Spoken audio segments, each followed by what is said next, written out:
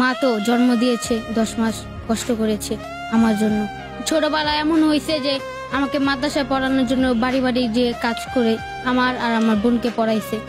মাকে কতটুকু ভালোবাসো? অনেক ভালোবাসি নিজের থেকে। সিয়াম, তুমি কি করো? আমি আগে মাদ্রাসায় পড়তাম, তারপর হঠাৎ করে আমার আব্বু আর মার সাথে ডিভোর্স হয়ে গিয়েছিল। তারপর আমি আর মাদ্রাসায় পড়ালেখা করি না, নানির কাছে থাকতাম। আব্বু আর মায়ের ডিভোর্স কেন হলো? মাকে অনেক অত্যাচার করতো, এই জন্য মা আব্বুকে ছেড়ে চলে গিয়েছে। এখন মা থাকে কোথায়? মা এখন থাকে যে 12 গলিতে। তুমি কি মায়ের সাথেই থাকো? না, আমি আব্বুর সাথে থাকি। বাবা কি বিয়ে করেছে? হ্যাঁ করেছিল, যে মহিলাকে বিয়ে করেছে তার একটা স্বামী আছে, ওই স্বামীর কাছে আবার চলে গিয়েছে।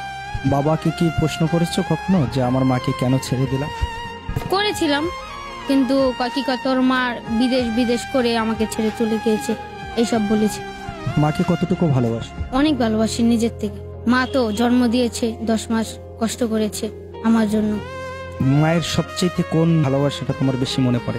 মা ছোটবেলা কত কিছু করতো আমার জন্য। ছোটবেলা এমন হয়েছে যে আমাকে মাদ্রাসায় পড়ানোর জন্য বাড়ি বাড়ি যে কাজ করে আমার আর আমার বোনকে পড়াইছে। পড়াশোনাটা যে করতে পারলা না কার জন্য? আম্মুর জন্য করতে পারলাম না। তোমার পড়াশোনা বন্ধ হয়ে যাওয়ার মূল কারণ কে, তোমার বাবা না মা? মা। ডিভোর্সটা কে দিয়েছে? মা দিয়েছে। তারপর মা কি করে না, নিজের জীবনটা শেষ করবো না, তারপর চলে গিয়েছে আব্বুকে ডিভোর্স দিয়ে। তোমার বাবার কোনো দোষ ছিল না? না, আমার বাবা গাঞ্জা খায় না, মদ খায় না, সিগারেট খায় না, রাজমিস্ত্রির কাম করে। মানে তোমার মায়ের প্রতি এখন কোনো অভিমান আছে তোমার? না, এখন নেই। আমার অনেক ইচ্ছা আছে, আমি বড় হব, অনেক কিছু করব। মা যদি আসে আমি মাকে তো ফালাই দিতে পারবো না, কারণ সে আমাকে জন্ম দিয়েছে। আর যদি জন্ম না দিতে তাহলে তো এত দূরে আসতে পারতাম না। মার জন্য কি করার ইচ্ছা? আমার একটা ইচ্ছা আছে যে বাবা মা থাকবে আমার সাথে, তাদের একটা ঘর করব, বাড়ি করব, সবাই মিলে একসাথে থাকবো।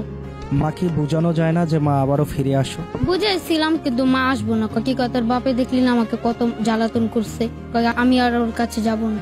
বাবাকে কি বলেছো যে বাবা এখন ভালো হয়ে যাও, মাকে জ্বালাতন করো না? হ্যাঁ, বাবাকে বলছিলাম, বাবা আনতে গেছে, মা আসে না, বলছে যা তোর ভাত খাবো না।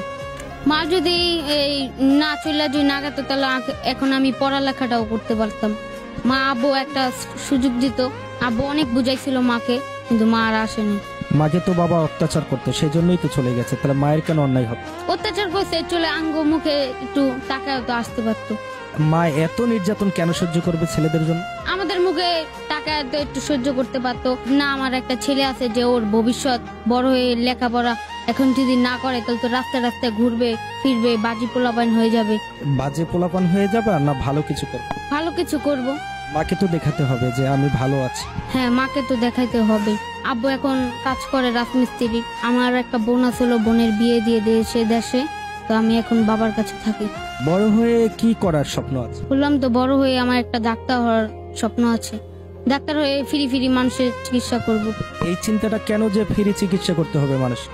কত মানুষ দেখি রাস্তায় শুয়ে রয়েছে, ডাক্তাররা আসে নিয়ে বলে যে কি হয়েছে আপনার, দেখি পেটে হেন্দা টিউমার হয়েছে, নিয়ে চিকিৎসা করে দেয়।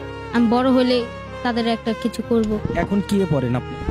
আমি বর্তমানে 3তে পড়তাম, এখন পড়ি না, মাদ্রাসায় পড়তাম, এই যে তালিমুল হেদায়েত। পড়ালেখা ছাড়া কি ডাক্তার হওয়া যাবে? না, যাবে না তো। আমার একটা স্বপ্ন আছে যে বড় হব, এখন তো মার জন্য হলো না। এজন্য মাকেই দায়ী করবে তুমি? হ্যাঁ, করব। মা গেলে তো আর এরকমটা হতো না যে আমি তারপরও পড়ালেখা করতে পারতাম।